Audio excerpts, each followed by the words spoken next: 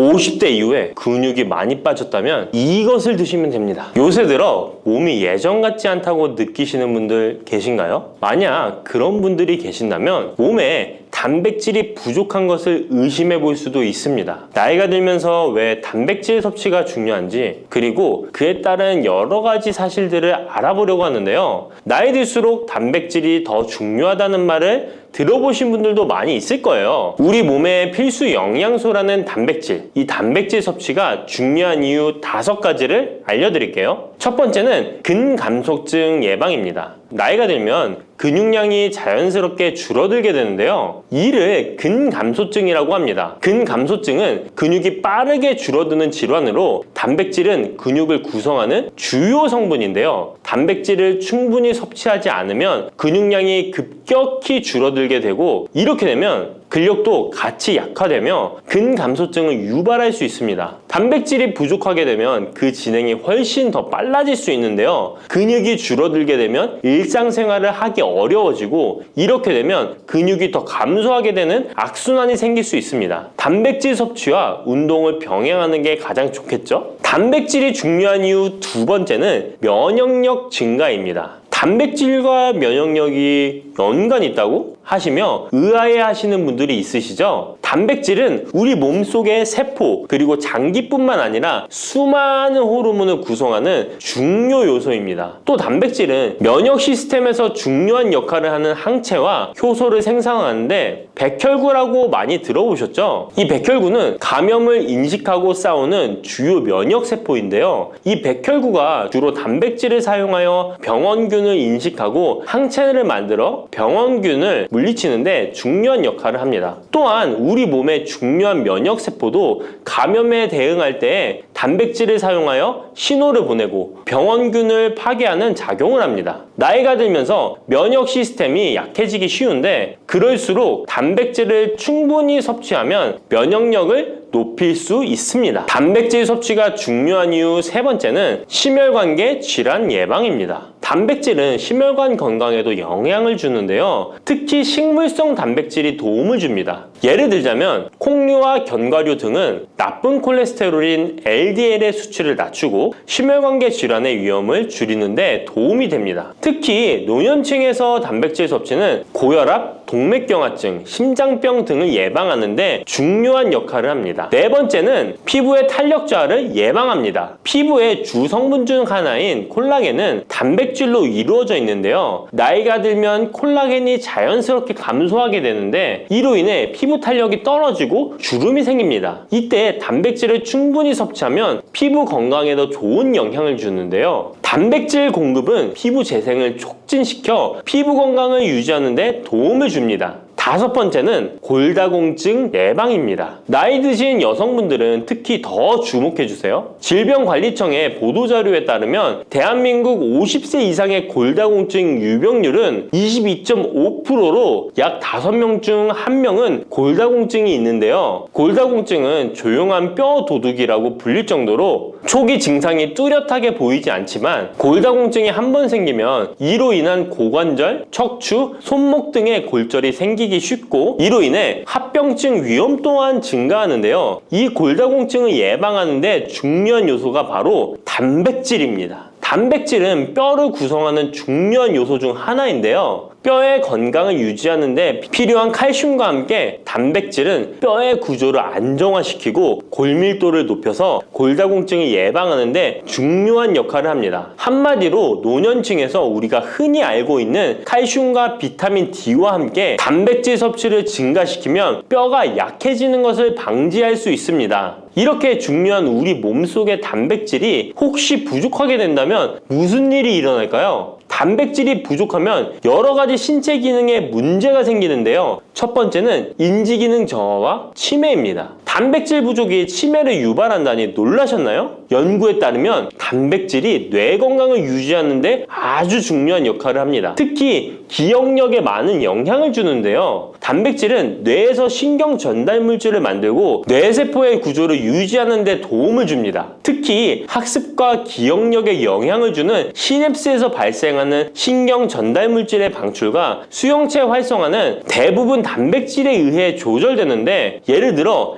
NMDA 수용체와 AMPA 수용체는 기억 형성에 중요한 역할을 하며 이것들은 모두 단백질로 구성되어 있습니다. 그래서 충분한 단백질을 공급받지 못하면 뇌 기능이 떨어지고 치매나 인지 기능 저하의 위험이 점점 커질 수 있는 가능성이 있다는 것이에요. 이러한 단백질 섭취가 우리 몸에 얼마나 중요한 영향을 끼치는지 다시 한번 아셨죠? 또 단백질이 부족하면 탈모도 일어날 수 있다는 거 아시나요? 혹시 머리카락이 점점 얇아지고 있는 거나 빠지고 있는 것 같다고 느끼시나요? 탈모도 단백질 부족과 관련이 있습니다. 우리 머리카락도 단백질인 케라틴으로 주로 이루어져 있기 때문에 단백질이 부족하면 머리카락이 자연스레 약해지고 그 증상이 점점 심해지면 탈모가 올 수 있습니다. 우리가 광고로 많이 접하는 탈모 영양제 같은 경우도 맥주 효모 성분과 머리카락을 이루고 있는 아미노산 단백질로 구성이 되어 있는 것을 보면 쉽게 이해가 가실 거예요. 그러니 건강한 모발을 생각한다면 단백질을 잊지 말고 섭취해야겠죠? 그런데 말입니다. 왜 노년층이 단백질을 더 많이 섭취해야 하는 걸까요? 젊은 사람들보다 더 중요한 이유가 있을까요? 그 이유는 노년층은 근육이 자연스럽게 감소하고 신진대사도 느려져서 기초대사량이 감소하기 때문에 체지방률이 증가할 수 있고 단백질의 체내 합성 능력 또한 떨어지게 되는데요. 그러면 근육량이 줄어들게 되고 그만큼 신체 활동도 힘들어지면서 일상생활에서 어려움을 겪을 수 있는 것입니다. 그래서 노년층일수록 단백질을 충분히 섭취해서 근육을 유지하는 게 매우 중요하답니다. 그런데 노년층은 소화 기능이 떨어지기 때문에 사실 고기나 생선 같은 동물성 단백질을 섭취하는 게 불편할 수 있고 또 나이가 드시면서 식사량이 감소하거나 식사 준비의 번거로움도 매끼 단백질을 챙겨 먹는데 어려움을 주는 게 사실입니다. 그래서 혼자 지내시는 분들은 더욱더 단백질 섭취가 어렵기도 합니다. 또한 어떤 분들은 체중 증가를 걱정해서 단백질이 고칼로리라고 생각해서 드시기를 꺼려 하기도 하고요. 그렇다고 해서 섭취하기 어렵다고 단백질의 섭취를 멀리해서는 절대 안 됩니다. 우리 몸에 이렇게 필수적인 단백질을 충분히 섭취하기 좋은 음식에는 무엇이 있을까요? 단백질을 섭취하기 좋은 추천 음식 4가지 바로 소개해 드릴게요. 첫 번째 식품은 계란입니다. 사실 단백질 하면 가장 먼저 떠오르는 식품이 계란인데요. 계란 2알만 드셔도 하루에 필요한 단백질의 20%를 섭취할 수 있다는 거 아셨나요? 특히 계란의 단백질은 완전 단백질로 분류되는데요. 이는 우리 몸이 제대로 기능하는 데 필요한 필수 아미노산을 포함한다는 것을 뜻해요. 계란은 단백질뿐만 아니라 비타민 A, D, E도 함유하고 있어 건강에 매우 좋은데요. 계란은 자연적으로 비타민 D를 함유하고 있는 드문 식품 중 하나입니다. 또한 계란 노른자에는 칼슘, 구리, 요오드, 철분, 망간, 인, 셀레늄, 아연도 풍부하게 함유하고 있어서 계란을 먹으면 많은 영양소를 쉽게 섭취할 수 있는 거죠. 두 번째 식품은 생선입니다. 등푸른 생선 좋다는 이야기는 누구나 한 번쯤 들어보셨을 텐데요. 사실 등푸른 생선뿐만 아니라 다른 생선도 저지방, 고단백 식품으로 다른 고단백 식품인 육류에 비해 지방 함량이 낮고 필요 영양소는 그대로 제공해줍니다. 생선에는 단백질과 함께 오메가3 지방산도 풍부하게 함유되어 있어 심혈관 건강에 좋죠. 특히 연어, 고등어, 참치 같은 생선은 단백질뿐만 아니라 항염증 효과도 있습니다. 그리고 대구 같은 백색 생선은 지방 함량이 매우 적고 단백질은 상대적으로 많아서 체중 걱정이신 분들이나 다이어트를 하는 사람들에게 더욱 좋은 생선입니다. 등푸른 생선도 지방 함량은 높지만 이 지방이 건강에 유익한 오메가3 지방산이기 때문에 건강에 도움이 되는데요. 생선의 단백질은 다른 육류나 콩류보다 소화가 편하고 생선의 살은 비교적 부드러운 섬유질을 가지고 있어서 소화가 빠르고 몸에서 쉽게 흡수됩니다. 세 번째는 유단백 식품인 우유나 요거트 같은 유제품입니다. 특히 노년층에서는 유제품을 섭취하면 칼슘도 함께 챙길 수 있어서 골다공증 예방에도 도움이 되는데요. 유제품에 포함된 단백질은 고품질 단백질입니다. 고품질 단백질은 신체가 효율적으로 사용하고 필요한 아미노산을 모두 공급하는 단백질을 말하는데요. 유제품에 포함된 주요 단백질은 카제인과 웨이로 2가지 모두 필수 아미노산을 풍부하게 포함하고 있습니다. 웨이 단백질은 소화가 쉽기 때문에 운동 직후 우유를 섭취하시면 근육에 아미노산을 빠르게 공급할 수 있고 카제인은 천천히 흡수되어 장시간 동안 일정한 수준의 아미노산을 제공해 근육 손실을 방지하는 데 도움을 줍니다. 하지만 우유를 먹으면 속이 불편하신 분들도 계시죠? 많은 사람들이 유제품을 섭취할 때 소화 불편을 겪을 수 있는데 특히 락토스 불내증, 즉 유당 불내증이 있는 경우입니다.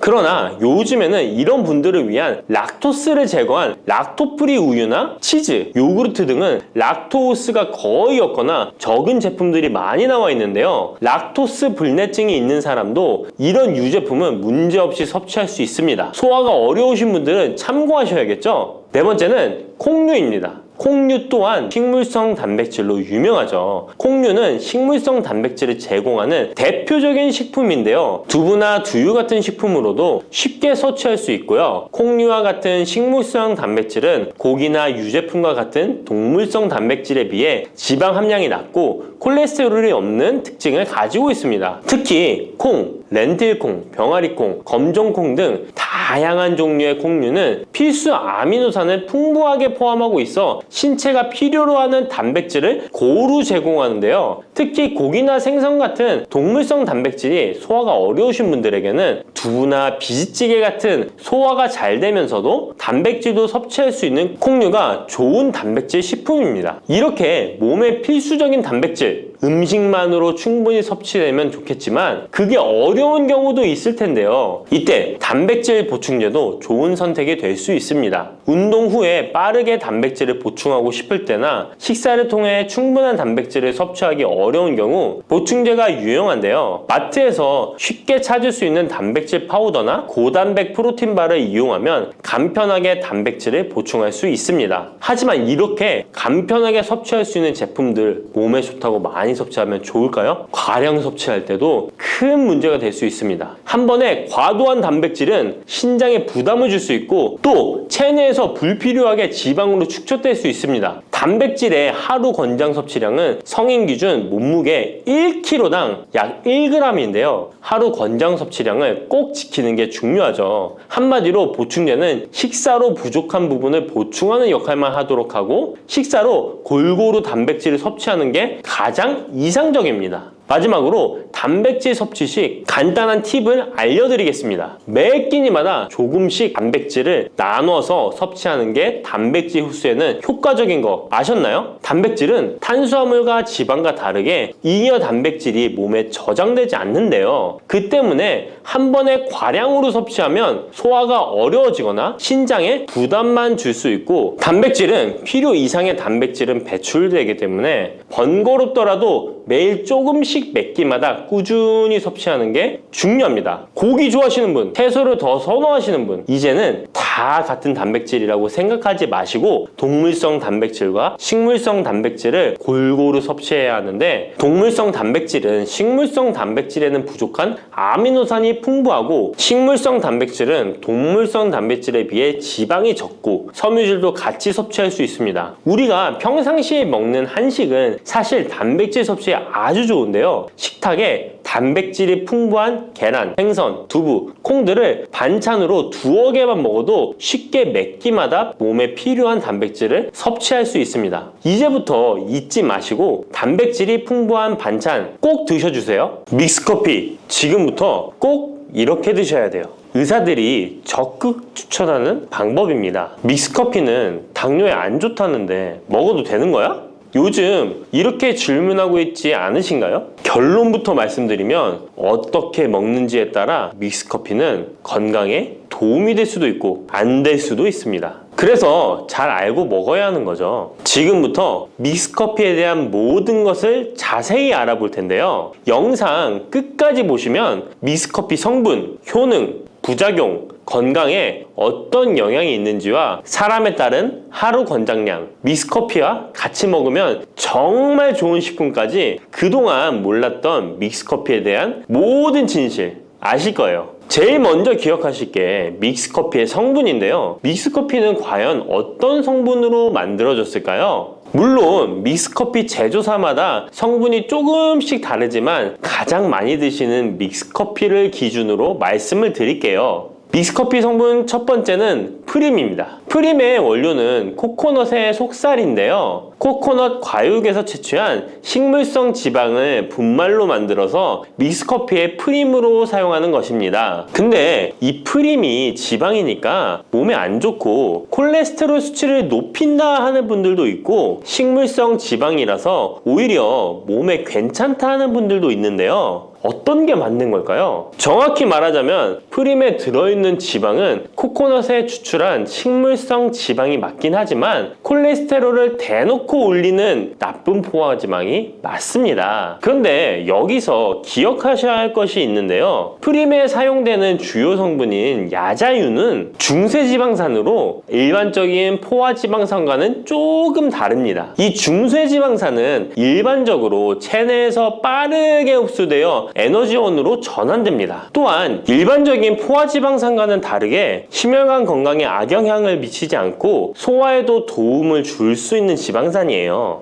또한 믹스커피 프림에 들어있는 포화지방산은 그 양이 완전히 적다는 것입니다. 요플레 하나 정도에 들어가 있는 양이라고 할 수 있죠. 요플레는 건강을 위해 드시잖아요. 결국 믹스커피에는 몸에 안 좋은 포화지방산이 들어있지만 소량이라서 콜레스테롤 수치에 영향이 하루 한 잔 정도로는 매우 크게 좌지우지할 수 없다고 할 수 있습니다. 그리고 콜레스테롤에 대한 것도 잘 아셔야 하는데요. 우리가 식사하면서 섭취하는 콜레스테롤은 약 20%를 차지하고 나머지 80% 정도는 필요한 만큼 신체에서 자연적으로 합성됩니다. 그렇기 때문에 단순히 커피 한 잔 정도를 마신다고 해서 콜레스테롤 수치가 급격히 올라가거나 건강에 이상을 끼칠 정도의 영향을 주지는 않는다는 거죠. 믹스커피 성분 두 번째는 설탕입니다. 설탕은 당 성분으로 칼로리가 높아서 당연히 몸에 안 좋은 걸로 알고 계실 거예요. 더군다나 믹스커피에 들어있는 설탕은 정제 과정을 거친 백설탕이라 일반적인 설탕보다 흡수 속도가 어마어마하게 빠릅니다. 즉 믹스커피를 마신 후 만족감을 쉽게 느끼는 것은 그만큼 흡수율이 빠르기 때문인데요. 이 당이 소화 과정을 거치지 않고 곧바로 혈액에 녹아들게 됩니다. 왜 안 좋은지 아시겠죠? 근데 여기서 반전이 있어요. 믹스커피에는 설탕이 5g 정도밖에 안 들어있다는 건데요. 쉽게 설명하자면 우유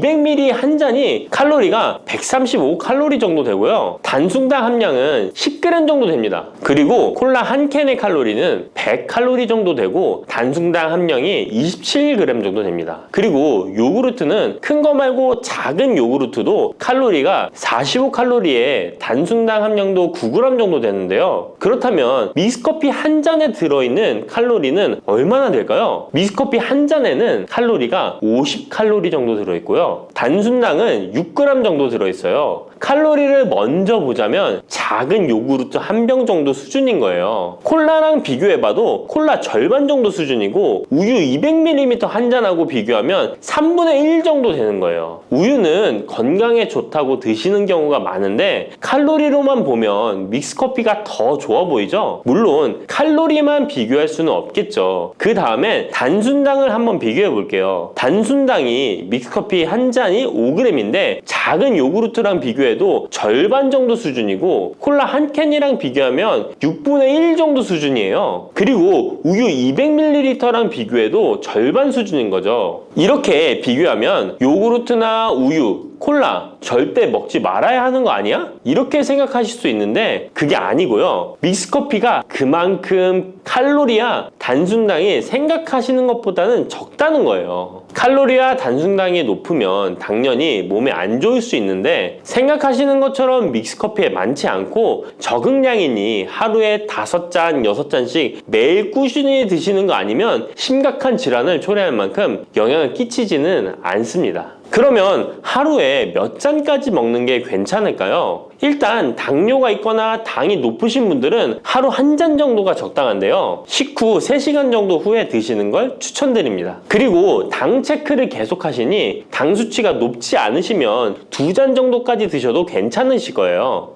당뇨가 없으신 일반인 분들은 하루에 2잔에서 3잔까지도 상관이 없으시고요. 그렇다고 이를 매일매일 드시는 것은 적은 양이라도 몸속에 쌓이기 때문에 그리 좋지는 않다는 거 다들 알고 계시죠? 그래도 건강을 위해 미리 예방하는 차원에서 식후 바로 드시지 마시고 2시간 정도 후에 드시면 좋습니다. 믹스커피의 성분 3번째는 커피에 들어있는 카페인입니다. 카페인에 대해 설명하기 전에 믹스커피도 일반 커피처럼 커피가 들어가 있기 때문에 커피 성분이 주는 효능이나 부작용도 나타날 수 있습니다. 먼저 커피의 효능을 보자면 커피의 효능 첫 번째, 암 예방 효과입니다. 미국 건강 매체 캔서 헬스에 따르면 ITPR3라는 물질은 대장암에서 간 전이에 기여하는 유전자의 발현을 유도해서 도미노 효과를 유발하는 물질인데 특별한 억제제는 아직 없지만 커피를 마시는 사람들에서 카페인이 이 ITPR3에 대한 억제 효과를 보인다는 것을 발표했고 카페인 섭취와 대장암 재발 및 사망률의 관계를 추적한 결과 하루 4잔 이상 커피를 마신 환자들이 전혀 마시지 않은 사람들에 비해 생존율이 현저히 향상된 것으로 규명된 바 있는 연구도 진행했었습니다. 이런 실험을 진행하면서 커피의 카페인에 대한 효능들이 지금까지 다양하게 연구되고 있는데요. 그렇다고 해서 커피를 무조건 많이 드시란 이야기는 아니고 또 믹스커피 자체가 이런 효능이 있다는 말도 아니에요. 커피에 카페인에 대한 몇 가지 실험을 이야기 드린 거고요. 그만큼 카페인에 대한 너무 부정적인 인식을 변화시켜 보시라고 말씀드리는 거예요. 커피의 효능 두 번째는 기억력 회복 효과입니다. 서울대 식품생명공학부 교수님께서 쥐의 인지 능력을 실험했는데요. 쥐를 물에 빠뜨린 뒤 안전한 장소에 도착하는 시간을 측정해 봤더니 평균 10초 정도 걸렸습니다. 그 쥐들에게 기억력을 손상시킬 수 있는 물질들을 투입하고 같은 실험을 했을 때 안전한 장소를 발견하는데 최대 40초가 걸렸습니다. 이 쥐들은 두 그룹으로 나눠 한 그룹은 하루에 3잔의 커피를, 다른 그룹은 6잔의 커피를 주입했습니다. 그 결과 하루 3잔의 커피를 준 쥐들은 20초로 빨라졌습니다. 그런데 하루 6잔을 주입한 쥐들은 거의 정상으로 돌아왔고 평균 10초 정도 걸렸습니다. 이런 결과에 따르면 커피가 기억력 회복에 확실히 도움이 되었다고 할 수 있는 실험도 있다고 간략히 소개해드리는데 참고로 이 실험에서는 일반 카페인 커피와 디카페인 커피 두 종류를 같이 실험했는데 거의 똑같은 효과를 보였습니다. 결론은 커피에 카페인이 없어도 커피에 들어있는 클로로겐산 등 각종 항산화제 성분 덕분에 기억력 회복 효과가 높아졌다는 것입니다. 정말 놀랍지 않나요? 나이가 들어가면 기억력이 안 좋아지고 인지 능력 장애가 오면서 더 나아가서는 치매가 올 수도 있는데 커피의 성분이 이런 질병을 예방할 수 있다니 너무 커피를 부정적인 시각으로 보시지 않아야겠죠? 그렇다고 남용하면 안 되시고 모든 사람에게서 동일한 실험 효과가 나타나는 것이 아니니 자신의 상태를 잘 알고 드셔야겠죠? 다만 카페인에 예민하신 분들은 믹스커피나 일반 카페인 커피를 드시면 잠을 잘 못 주무실 수도 있으니까 디카페인 커피를 추천드립니다.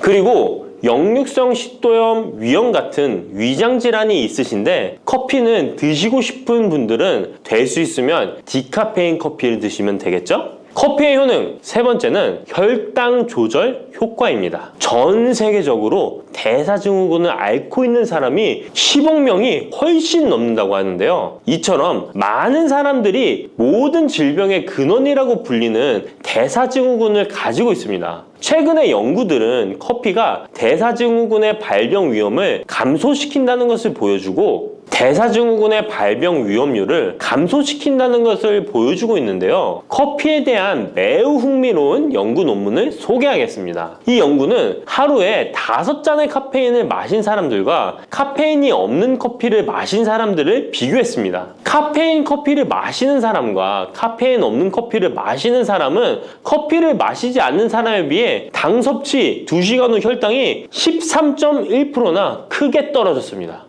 이 외에도 카페인의 혈당에 관계된 실험들도 많이 존재하는데요. 카페인도 적절한 용량, 그렇다고 음료에 들어가 있는 합성 카페인을 말씀드리는 건 아닙니다. 적절히 섭취하면 큰 부작용 없이 드실 수 있다는 것을 말씀드리는 거예요. 커피 효능 네 번째는 다이어트 효과입니다. 다이어트라는 사람들이 운동하기 전에 커피를 마시고 나서 운동을 한다면 카페인이 신진대사를 빠르게 함으로써 운동 효과를 증진시키기 때문에 체중 감량에 도움을 줄 수 있습니다. 뿐만 아니라 커피에는 카페인 성분이 포함되어 있는데요. 당연하게도 믹스커피에 포함된 커피에도 카페인이 포함되어 있고요. 이런 카페인은 적절한 용량을 섭취한다면 신체적 피로 해소와 소화기능 개선과 같은 효능을 누릴 수 있습니다. 오전에 커피 한 잔을 마시면 화장실에 가고 싶어지는 것도 커피에 카페인 성분이 장 운동을 활발하게 해주는데 영향을 주기 때문입니다. 카페인 성분이 장 운동을 활발하게 해주는데 영향을 주기 때문입니다. 물론 이뇨작용도 활발히 해줘서 소변도 조금 더 많이 보게 되긴 합니다. 다시 돌아가서 믹스커피에 들어있는 세 번째 성분 카페인에 대해 알아볼게요. 믹스커피에 포함된 카페인 용량은 제품마다 차이가 있을 수 있어요. 하지만 평균적으로 60mg 가량의 카페인이 한 잔 용량의 믹스커피에 포함되어 있는데요. 이는 일반적인 아메리카노 대비 3분의 1 수준에 해당하는 수치입니다. 결과적으로 믹스커피의 카페인은 일반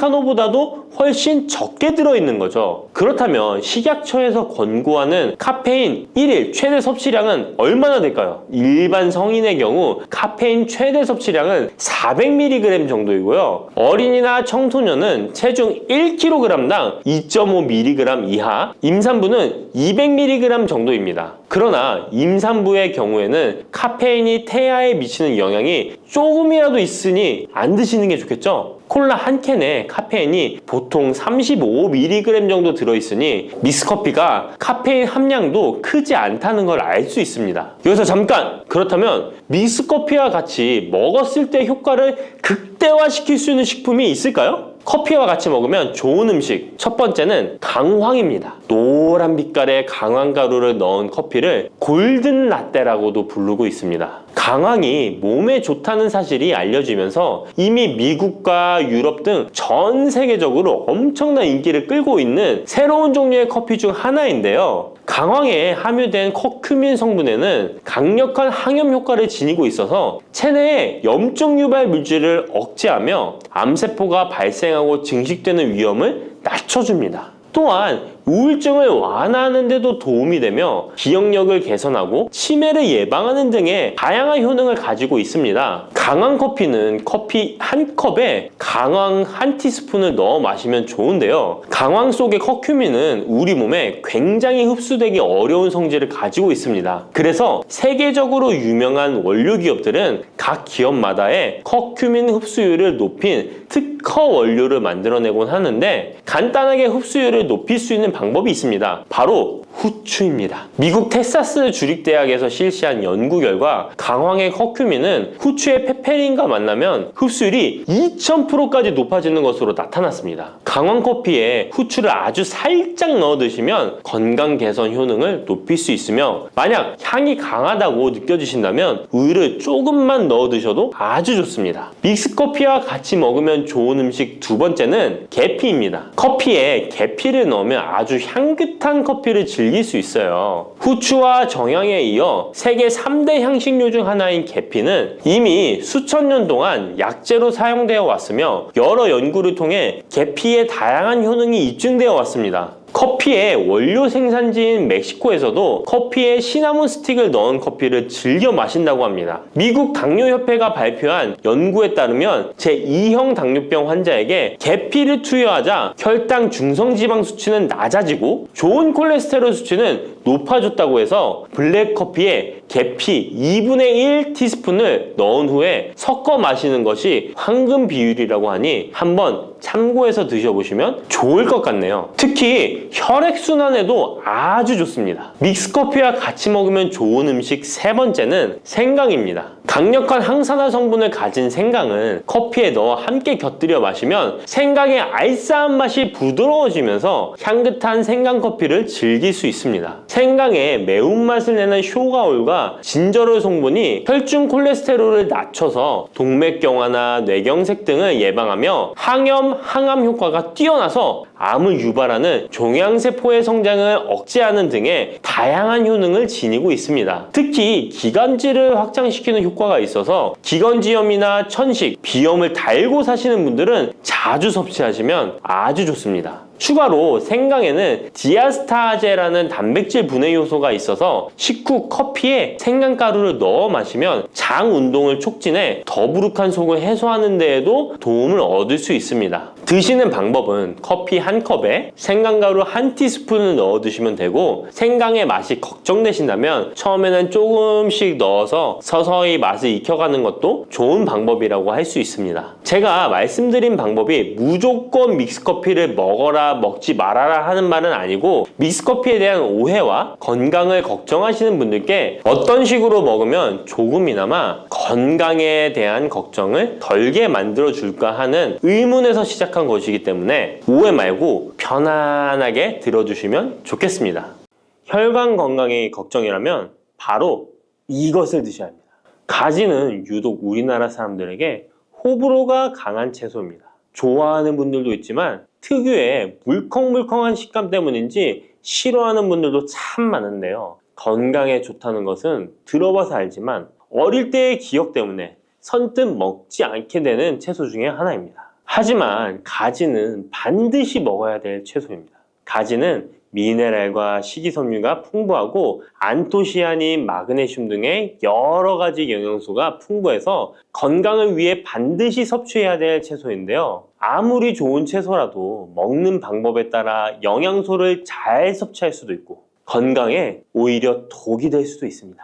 지금부터 가지의 효능과 먹는 방법, 함께 먹으면 좋은 음식, 가지를 드실 때 주의사항까지 가지에 대한 모든 것 알려드리겠습니다. 짙은 보라색의 가지는 우리나라가 수출을 많이 하는데요. 가장 많이 수입하는 나라가 일본입니다. 일본은 가지를 여러 형태로 많이 먹는데요. 장아찌, 파스타, 구이, 찌개 등 여러 요리에 가지를 사용하고 있습니다. 2021년 기준으로 일본이 우리나라에서 수입한 가지가 6만 kg입니다. 일본이 우리나라의 가지를 정말 좋아하는데요. 반면에 우리나라 1인당 연간 가지의 섭취량은 100g이 채 되지 않는다고 합니다. 정말 안타까운 일인데요. 우리도 가지의 효능을 제대로 알고 섭취하면 건강 식생활에 도움이 되었으면 좋겠습니다. 우리도 가지의 효능을 제대로 알고 섭취하여 건강한 식생활에 도움이 되었으면 좋겠습니다. 첫 번째, 가지의 효능은 심혈관 질환을 예방하는 데 도움을 준다는 것입니다. 나이가 들수록 심혈관 질환으로 병원을 많이 가게 되는데요. 가지에는 칼륨이 풍부하여 심박수를 안정적으로 유지하는 데 도움을 주고 나트륨의 배출을 도와줘 혈압을 낮추는 데에도 효과가 있습니다. 가지에 풍부하게 함유된 폴라보노이드 성분은 나쁜 콜레스테롤인 LDL 수치를 낮추고 좋은 콜레스테롤인 HDL 수치를 높여주는 효능이 있습니다. 이런 효능들은 심혈관 질환을 예방하는 데 아주 중요한 것으로 많이 알려져 있습니다. 평소에 가지를 주기적으로 섭취하시면 심혈관 질환으로 병원에 갈 일을 조금 줄일 수 있겠죠. 두 번째, 가지의 효능은 염증을 억제하고 가라앉히는 데 도움이 된다는 것입니다. 옛날에는 민간요법으로 사마귀를 제거할 때 가지를 사용했을 정도로 염증 제거에 효능이 좋은데요. 특히 점막에 있는 염증에 효과가 좋은 것으로 알려져 있습니다. 우리 몸에 점막이라 하면 대표적으로 입안, 잇몸, 식도 등이 되겠고요. 위장, 대장 등 소화기관은 거의 모두 점막으로 되어 있습니다. 입으로 음식이 들어가서 항문으로 배출되기까지의 모든 곳이 점막인 건데요. 면역력이 떨어지거나 스트레스, 특정 음식으로 인한 지속적인 자극은 이런 점막에 염증을 일으키게 되는데요. 이런 염증을 억제하는 데 가지가 도움이 된다는 것이죠. 세 번째, 가지의 효능은 혈당을 조절하는 데 도움을 주는 것입니다. 가지의 풍부한 식이섬유는 우리가 섭취한 탄수화물과 지방의 흡수와 소화를 늦춰주는 역할을 하게 됩니다. 이런 작용으로 혈당을 낮추는 데 많은 도움을 줄 수 있는데요. 식이섬유는 당을 흡착하여 몸에 흡수되는 속도를 느려지게 해서 혈당이 급격히 올라갔다 급격히 떨어지는 혈당 스파이크 현상을 예방할 수 있고 저혈당도 방지하며 이런 효능으로 혈당을 일정하게 유지하는 데 도움을 줄 수 있습니다. 또한 가지의 풍부한 폴리페놀 성분과 천연 식물 화합물은 설탕의 흡수를 감소시켜주고 인슐린 분비를 증가시켜주어 혈당을 낮추는 데 도움을 주게 됩니다. 네 번째, 가지의 효능은 노화를 예방하는 데 도움을 준다는 것입니다. 가지의 짙은 보라색은 나수닌이라고 하는 강력한 항산화 성분인데요. 우리 몸에 정말 중요한 역할을 해주는데 바로 세포와 혈관이 노화되는 것을 방지해주는 것입니다. 산화 스트레스로부터 혈관을 보호해주며 추가적으로 과도한 철분이 혈관에 쌓이는 것을 막아주는 효과가 있습니다. 철이 공기에 만나면 산화되어 빨갛게 부식되는 것과 마찬가지로 우리 몸에도 철분이 필요 이상 쌓이게 되면 세포와 혈관을 산화시킬 수 있는 것입니다. 철분이 우리 몸에 꼭 필요한 성분이지만 과도하게 쌓이게 되면 노화를 촉진하는 부작용이 있는 것이죠. 철분이 많이 들어있는 음식은 바로 붉은색 고기입니다. 따라서 평소에 고기를 좋아하고 자주 드시는 분이라면 가지와 함께 드시는 것이 정말 좋겠습니다. 다섯 번째 가지의 효능은 감염을 예방한다는 것입니다. 면역력이 떨어질 때 세균이 우리 몸에 들어오면 감염에 걸리기 쉬운데요. 가지에 풍부하게 함유된 클로로겐산과 폴리페놀 성분들은 세균과 바이러스를 제거하는 효과가 있어 감염 예방에 큰 도움이 됩니다. 이러한 효능은 가지의 껍질과 꼭지 부분에 특히 좋은 효능을 나타내는데요. 가지 꼭지는 보통 요리할 때 버리잖아요. 이제부터 가지 꼭지 버리지 마세요. 말려서 끓인 물로 가글을 하시면 천연 구강세정제 역할을 한다고 합니다. 꼭지에는 스코폴레틴이 풍부하게 함유되어 있는데 이 성분은 파이토케미컬의 일종으로 나쁜 균을 억제하는데 탁월한 효능을 발휘합니다. 이런 효능으로 감염뿐 아니라 염증을 억제하는 데도 도움을 줍니다. 우리 입속에는 각종 세균이 셀 수 없을 정도로 많은데요. 이런 세균들은 충치, 치주염, 구내염 등을 발생시키는 주범이 됩니다. 나이가 들면서 치아나 잇몸의 건강이 좋지 않아 소금물로 가글을 하시는 분들도 있는데요. 소금은 삼투압 작용으로 잇몸의 붓기를 빼고 약간의 살균 작용을 하기도 하지만 염증 자체를 없애지는 못합니다. 그래서 가글을 하시려면 가지를 이용하시면 좋은데요. 말린 가지 꼭지를 15분에서 20분 정도로 펄펄 끓인 뒤에 식혀서 약간의 소금을 탄 후에 가글 하시면 잇몸병과 구내염 등을 예방하는 데 효과를 볼 수 있습니다. 여섯 번째 가지의 효능은 항암 효과입니다. 암세포를 제거할 수 있는 항암 성분들이 가지에 풍부하게 함유되어 있는데요. 일본이 가지를 좋아한다고 했잖아요. 일본의 농림성식품연구소에서 연구를 했습니다. 가지, 시금치, 브로콜리 세 가지를 이용해 발암물질을 억제하는 실험을 했는데요. 해당 연구에서는 발암물질인 벤조피렌, 아프라톡신, 타르질 등에 대한 돌연변이 유발 억제 효과를 평가하였습니다. 그 결과 가지에서 약 80% 이상 발암물질을 억제하는 효과가 밝혀졌습니다. 또 다른 연구에서도 가지의 알칼로이드성 식이섬유가 유방암, 대장암, 난소암 등의 원인이 되는 동물성 지방을 제거하는 데 탁월한 효능이 있는 것을 발견하기도 했습니다. 또한 가지의 풍부한 폴리페놀은 대표적인 항암 성분이기도 합니다. 가지는 여러 항암 효과를 가지고 있는 훌륭한 항암 식품이 틀림없습니다.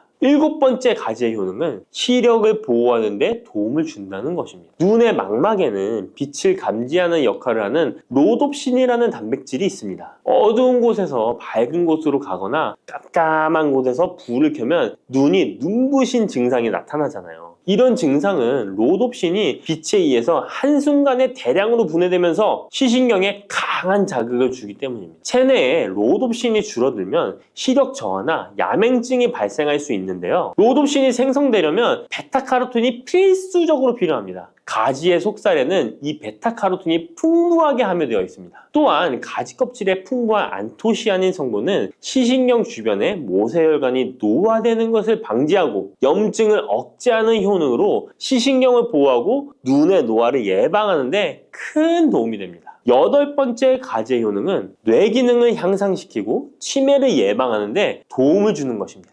가지에는 비타민 B6, 엽산, 마그네슘 등의 영양소가 풍부하게 함유되어 있습니다. 이러한 영양소는 뇌 신경 전달 물질의 생성을 촉진하고 뇌의 기능을 향상시키는 효과가 있습니다. 또한 가지에 함유한 안토시아닌은 뇌의 노화를 방지하고 기억력을 향상시키는 효과가 있어 치매 예방에 도움이 됩니다. 이렇게 가지에는 뇌 기능 유지와 뇌 건강에도 좋은 효과를 나타냅니다. 9번째, 가지의 효능은 피로 회복에 도움을 준다는 것입니다. 가지에 함유된 비타민C, 칼슘, 마그네슘 등의 성분들이 체내의 대사를 촉진하고 에너지를 생성하는 데 도움을 줍니다. 체온 조절에 도움을 주며 가지에 함유된 스코폴레틴과 스코파론 성분은 근육의 신경 안정 및 경련을 완화시켜주는 효능이 있어 근육 피로 회복에 많은 도움을 줄 수 있습니다. 10번째, 가지에는 열을 내려주는 해열 작용이 있습니다. 가지는 차가운 성질을 갖고 있는 채소로 평소 몸에 열이 많은 사람의 체온을 다스려주는 효과가 있으며 감기로 인해 열이 오를 때에도 열을 내려주는 해열 효과가 있습니다. 가지에 클로로겐산 성분이 염증 매개 물질인 프로스타글란딘과 사이토카인의 생성을 억제하여 염증 반응으로 인한 발열을 완화할 수 있습니다. 이렇게 좋은 가지를 효과적으로 섭취하는 방법은 따로 있습니다.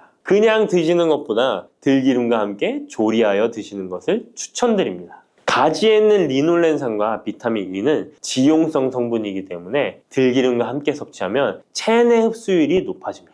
가지의 속살은 스폰지같이 기름을 흡수하기 때문에 들기름의 영양소 흡수율은 더욱 높아질 수 있습니다. 들기름은 하루에 한 스푼씩 약처럼 드시는 분들이 있을 만큼 건강에 많은 도움을 주는데요. 치매를 유발하는 물질인 베타 아밀로이드가 뇌에 쌓이는 것을 막아주어 알츠하이머 치매를 예방하는 효능이 있습니다. 또한 피토스테롤이라는 성분이 함유되어 혈관 내의 콜레스테롤의 수치를 낮춰주는 데 도움이 됩니다. 이뿐 아니라 염증성 질환을 예방하고 뼈의 건강에도 좋으며 심혈관 질환을 예방하고 장 건강에도 정말 좋은 효능을 발휘하는 것이 들기름입니다. 이런 들기름이 가지와 만나면 효과가 극대화되는 것인데요. 가지를 요리할 때는 쪄서 드시는 것이 가장 많은 영양소를 흡수할 수 있는 방법입니다. 상명대학교의 외식영양학과 연구팀이 이에 대한 실험을 진행했습니다. 가지 100g을 물에 넣어 삶는 방법, 찜기에 넣어 찌는 방법, 그리고 랩을 씌워 전자레인지에 돌리는 방법, 이렇게 3가지 방법으로 가지를 조리했습니다. 이때 가지의 항산화 성분인 클로로겐산의 함량이 어떻게 달라지는지 확인을 했는데요. 가지를 찜기에 넣고 쪘을 때 클로로겐산의 함량이 늘어났다고 합니다. 항산화 성분뿐만 아니라 칼슘도 가지를 쪘을 때 가장 많은 함량이 나왔다고 하는데요. 그런데 항상 쪄서만 드실 수는 없잖아요. 삶아서 드신다면 가지 삶은 물은 절대 버리지 말고 함께 드시길 바랍니다. 짙은 보라색의 가지 껍질에는 안토시아닌이 풍부한데요. 이 안토시아닌의 항산화 효과는 토마토의 3배, 그리고 브로콜리의 2배로 알려져 있습니다. 이 안토시아닌은 항산화 작용에도 강력하지만 스트레스를 완화하는 데에 도움을 주고 신체가 정상적인 기능을 회복하고 유지하는 데에도 도움을 주는 성분입니다. 신체가 정상적인 기능을 회복하고 유지하는 데에도 도움을 주는 성분입니다. 그런데 이 안토시아닌은 수용성 성분으로 물에 잘 녹아 나옵니다. 그래서 가지를 씻을 때는 너무 물에 오래 담가두지 마시고요. 가지를 삶아서 조리했다면 이 물에 안토시아닌이 풍부하게 함유되어 있기 때문에 이 가지 삶은 물을 차처럼 드셔도 되고 다른 요리할 때 채수로 사용하셔도 좋습니다. 이렇게 좋은 가지도 드실 때 주의하실 사항이 있습니다. 많은 채소나 과일들이 익히지 않고 생으로 드실 때 좋은 경우가 많은데요. 가지는 절대로 생으로 드시면 안 됩니다. 가지에는 솔라닌이라는 독성 물질이 있기 때문입니다. 솔라닌은 쌍난 감자에 생기는 독성과 같은 것인데요. 이 독성은 위경련, 복통, 현기증, 식중독 등의 증상을 유발할 수 있으므로 가지는 반드시 익혀서 드시기 바랍니다. 그리고 가지 알레르기가 있는 분들도 섭취에 주의하셔야 합니다. 가지를 먹기나 만지기만 해도 입 주변이나 피부가 가렵고 두통 또는 복통이 생긴다면 가지 알레르기가 있을 가능성이 높으니 가지 섭취 시에 주의하시기 바랍니다. 가지 알레르기가 아니더라도 아토피나 다른 알레르기 때문에 항히스타민제를 복용하고 있는 분들도 가지 섭취를 주의하시면 좋겠습니다. 마지막으로 가지는 찬 성질의 음식이기 때문에 체질 자체가 냉하여 몸에 냉증이 있는 분들은 가지를 다량 섭취하실 경우 위장에서 탈이 날 수 있으므로 섭취 시 주의하시기 바랍니다. 네, 박사님 안녕하세요. 네, 안녕하세요. 저희 시니어분들의 워너비 간식 중에 하나가 요거트가 있거든요. 네네네. 제가 듣기로는 그 요거트는 단백질이 높아서 좀 신장에 부담이 될 수 있다고 하던데 그게 사실인가요? 그 질문에 답을 드리기 전에 요거트의 장점을 제가 설파하자면 사실 요거트는 유제품으로 분류가 되는 이제 종류잖아요. 그래서 유제품이 가지고 있는 여러 장점들, 뭐 단백질도 충분히 가지고 있고 칼슘 함량도 높고 나의 소화 기능에도 도움을 줄 수 있는 그런 제품인 것은 분명히 맞고요. 다만 단백질 함량이 꽤 농축적으로 들어가 있는 제품이다 보니까 방금 PD님 물어보신 것처럼 신장 질환자 분들이 섭취할 때는 섭취량에 좀 주의를 기울이셔야 되죠. 요거트를 그냥 먹진 않잖아요. 뭐 딸기만 요거트 뭐 이런 것처럼 과일청이나 설탕 좀 많이 넣는데 당연히 안 좋겠지만 얼마나 안 좋은지 또 그 떠먹는 요거트 차원에서 보면 방금 말씀 주신 것처럼 각종 맛이 가미되어 있는 딸기맛 떠먹는 요거트, 복숭아맛 뭐 이런 다양한 과일맛 요거트는 어르신들이나 혹은 어린아이들에게는 전혀 추천드리지 않고요. 그거는 사실은 당만 높일 수 있는 거에 해당하고요. 무가당 요거트를 고르시되 조금 더 찐득한 무게감이 있는, 그러니까 더 식감이 있는, 흐르는 것보다 꾸덕하게 푹 떠지는 그런 요거트를 선택하시는 게 더 건강한 요거트를 심플하게 선택할 수 있는 방법이에요. 먹다 보면 그래도 그 달달함이 좀 땡길 수 있잖아요. 그럴 땐 좀 어떻게 해야 될까요? 생과일 넣으시면 꽤 괜찮은데요. 요거트에 냉동 블루베리 아주 괜찮은 조합입니다. 냉동 블루베리나 혹은 뭐 냉동 과일 요즘 너무 잘 나오거든요. 그런 냉동 과일 같은 것과 무가당 요거트를 섞어서 드시는 것도 너무 좋고요. 그리고 뭐 당뇨에 대한 리스크가 크게 없으시다면 천연 꿀 같은 거 조금 곁들이셔도 좋고요. 박사님이 주로 요거트랑 같이 자주 드시는 게 따로 있으실까요? 만약에 그릭 요거트라고 하면 오이. 오이요? 네. 오이랑 그릭 요거트 진짜 그리스에서 실제로 그렇게 먹는다니까. 오이랑 그릭 요거트 되게 잘 어울리고요. 그리고 레몬즙이랑도 잘 어울려요. 레몬의 그 엄청 새콤한 그 맛이 요구르트랑도 잘 어울리는데 뭐 꿀 같은 거 첨가하셔도 너무 좋고 너무 단맛이 많이 첨가되지 않은 그래놀라 같은 것과 요구르트도 잘 어울리죠. 오이 요거트는 좀 약간 끔찍한 조합인 것 같은데. 아 그래요? 네. 드셔보시면 저한테 감사하시게 될걸요? 그 요거트에 칼슘이 있잖아요. 칼슘 섭취 같은 게 신장결석을 만들 수도 있을 것 같아요. 그런 위험성을 얘기를 하려면 또 다시 고함량 보충제 얘기를 해야 되는데요. 칼슘 고함량 칼슘 제제 같은 경우는 장기간 드시게 되면 그런 결석의 리스크가 있을 수 있어요. 그런데 우리가 음식이 칼슘 함량이 아무리 높다고 해도 그 음식을 가지고 내가 결석을 발생시킬 만큼을 먹으려면 정말 많이 먹어야 돼요. 그래서 음식을 가지고 내가 결석까지 갔나? 라는 생각을 하시는 거는 과장이 있는 생각일 수 있고요. 오히려 고함량 영양제를 내가 좀 덜어내야 되는 것이 없는지를 살피시는 게 더 나을 수 있을 것 같아요. 그럼 그릭 요거트를 고를 때 어떤 점을 좀 많이 보는 게 좋을까요? 요즘은 그 통에 가당인지 무가당인지 다